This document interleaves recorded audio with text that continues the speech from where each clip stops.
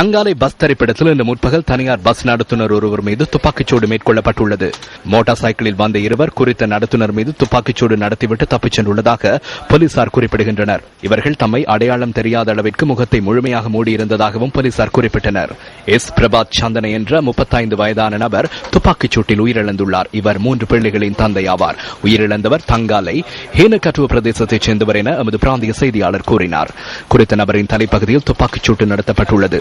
சூடு நடத்திய சந்தேக நபர்கள் இதுவரை அடையாளம் காணப்படவில்லை என போலீசார் தெரிவித்தனர். தங்காலை நீதிமன்ற கட்டட தொகுதிக்கு அருகாமையில் கடந்த 22ஆம் தேதி அமில ராஜபக்சே எனப்படும் ஆமி அமில என்பவர் மீது மேற்கொள்ளப்பட்ட துப்பாக்கிச்சூட்டு பிரயோகத்திற்கும் இந்த சம்பவத்திற்கும் ஏதேனும் தொடர்புகள் உள்ளனவா என்ற கோணத்தில் விசாரணைகள் ஆரம்பிக்கப்பட்டுள்ளதாக போலீசார் தெரிவித்தனர்.